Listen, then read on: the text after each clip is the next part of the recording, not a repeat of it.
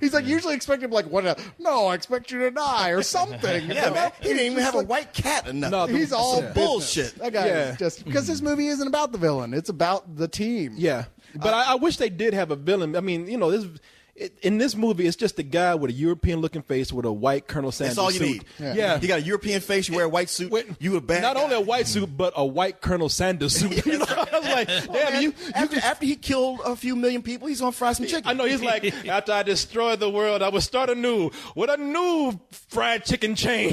I will have 8 herbs and spices this time. That shit will blow up in your mouth. I will have 10 herbs and A spices. nuclear explosion of flavor in your mouth. Yeah, Now that you say it like that, it actually doesn't sound like you know what? reasonable I'm on plan, board for really. that. Every black person nations is like, yeah, blow this shit up, motherfucker. No, but you know what? The guy is about as generic as you can get, but I can almost push that aside because a villain like that is only bad when you don't have anything to distract you from him. Because in this movie, you have so many huge set pieces, so many great sequences, so much spectacle. The people who are responsible for writing this script, a little light on character, especially when it comes to your villains, but some very creative action scenes. I mean, you have cliffhangers, of course, with Ethan Hunt played by Tom Cruise, having to climb skyscrapers at 100 stories high, using, I guess, a sticky glove. A sticky glove of some kind. I was going to say magnetic, but some sort of electronic sticky glove. Nintendo Power Glove? Yeah, exactly. The Power Glove, yeah. You got scenes where a sandstorm is coming in and you have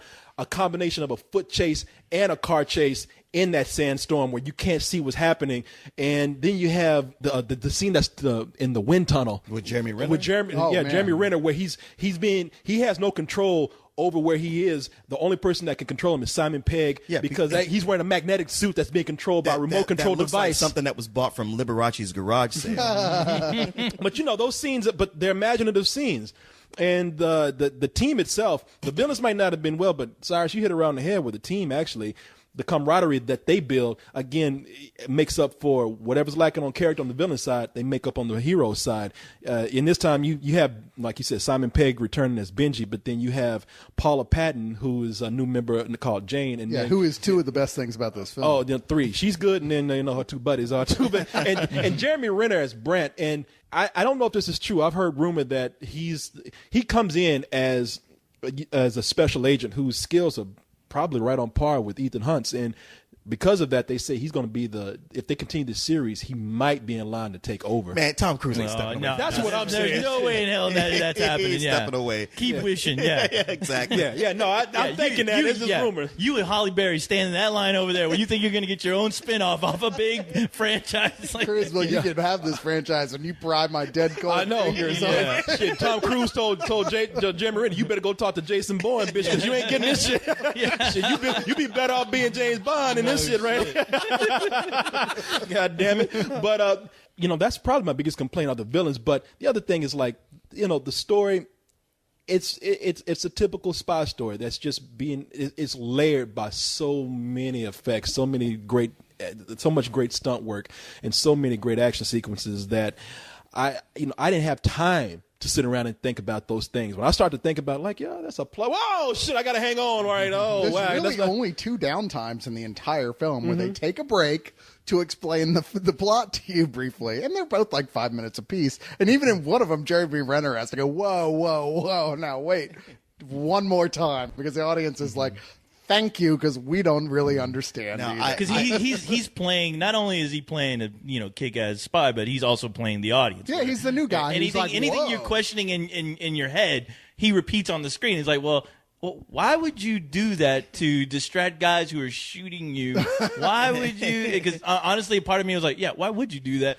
Well, it's funny because the audience is like, as the audience, you go like, oh, I'm glad you asked that question. But as one of those guys who are actually there, it's like, have you been a spy before? Right. I mean, why are you questioning everything I do? Exquisitely crafted spectacle goes a long way for covering up for suspension of disbelief. I mean, it's Mission Impossible, not Mission Reasonably Plausible. and like, because of things you guys are bringing up, I wasn't as in love with the movie as you guys are. I mean, I saw it as like, wow, a lot of great set pieces and some good stunts. And I love the team. I love the fact that, you know what, Paula Patton's character is one that normally would just get such a short shrift and you wouldn't know anything about her. And I felt like she was three-dimensional. And so these things are great. And yet at the same time, plot-wise and with the like just complete ignoring of the laws of physics, there's times it would take me out of it. I was like, it's a bunch of great set pieces strung together, but I wish there was more personality on the main character to pull me through Dude, this. I'm shocked. I'm super shocked that this is coming out of your mouth right now, because I was right there, right next to you every goddamn minute. Your body was making some kind of odd movement, like you were like you were trying to, I don't know, like dodge bullets or something, because you were like, ooh, checking under your seat. I heard like, I heard one good woo come out of him. Well, trust me, they were great. I was like, great wow. set pieces. Don't get me wrong. No, I actually agree with you too. But I will say, in the last 30 minutes, that's when I steadily didn't give a shit about the things I had problems with. Like, I thought it really came so together in that last 30 minutes and held the momentum, and it was just one big fantastic ride that pushed it way back up again for Bird me. does so much to just make it a super fun ride that it wasn't long into it at all that I didn't really care about that stuff. And I don't think, I mean, certainly not compared to Mission Impossible 2. It never does anything movie. that's so ridiculous that you can't help but go, oh, come the fuck on. Yeah. It never goes that far, but it does go far enough where it's not just a spy thriller. It is a Mission Impossible Right. film. It's stuff that, yeah, you got like a 1% chances. Even James Bond would be like, fuck you. No, I mean, I'm not doing I'm that. with the I'm not 1% doing chance, that. but there are some things Tom Cruise is doing, like that went along with the climate of the building, where I was just like, come on, man. But you know what? There's things in there, and I have to give, once again, I'll give credit to Brad Bird, because I was like, you know, this movie still does have his stamp, which I was really curious. I was like, you know, with guys like him who've done, you know, he's done incredible animation. He's worked with more than one character, so he knows how to, like, He directed Rats. he knows how to work with more than one character. But the thing is I was like, wow, his stamp is really on here because of some of the humor in it that I noticed, and some of the set pieces where he makes things that would seem like, you know, if I was to describe to you,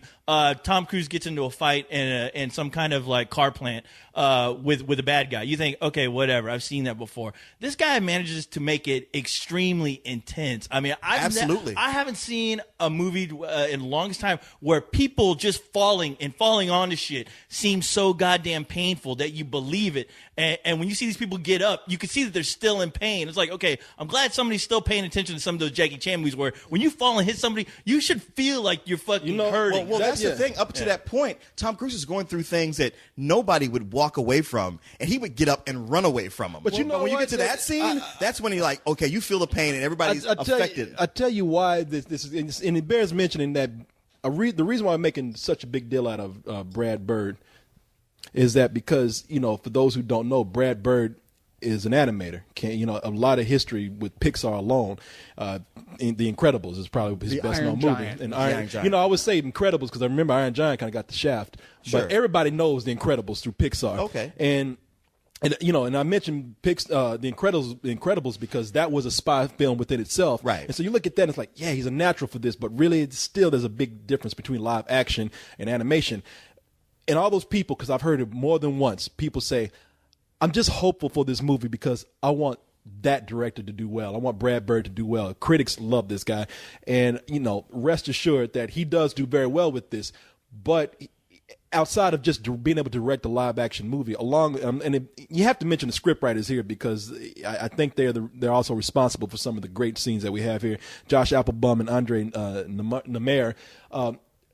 With Brad Bird's talents and the talents of these scriptwriters, the reason why the outrageous shit finally work in a movie like this is because all of them have been able to they're able to create a universe finally where it all makes sense. Yeah, it's outrageous, but within the physics of this world, I can buy it, you know? Yeah. I mean, yeah, there's a point where Tom Cruise just drives a car off a ledge that's, you know, about 30 feet up in the air, and he hits head down.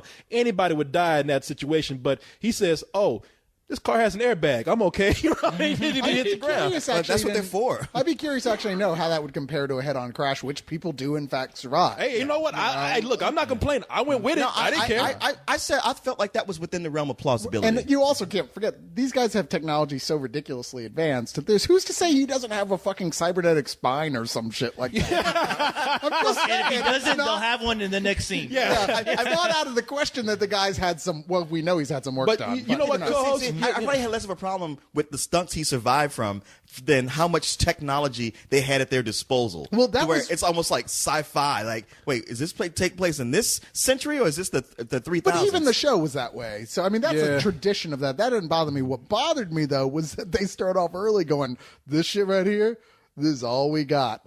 And then that's like, the new shit keeps on. At one point, they've got like a supercar. You're like, Yeah. that wasn't in that room. Thank you, man. That was one of my problems with the movie. I didn't know how much I should bring up, but they're told early on, like, okay, you guys only have a limited amount of resources available at your disposal. Everything else is shut down. Yeah, we can't give you anything, but somehow there's a train with retina recognition on it. They get like a supercar, not just a car. We talking about some ghetto drug dealers, fat rims, neon shit. You know, No, this is a Mission Fast and Furious Yeah, shit. well, hell, it's like Mission Impossible mobile from Tron. Yeah, Yeah, where did you the way fucking the way get the that? GPS was all over the windshield, that's straight out of Tron. Yeah, come on. You know what? I mean, I know y'all I got like believe a. that could exist, but just not in the context you've just sold us. No, on. no, of course Where not. you Go, wait, oh yeah, we can't get any of that shit. Would that fit in the glove compartment of that? No. You got like a. You got like came a. through the contract. Yeah, no. You got like a. Fucking Hertz Rent-A-Car is amazing.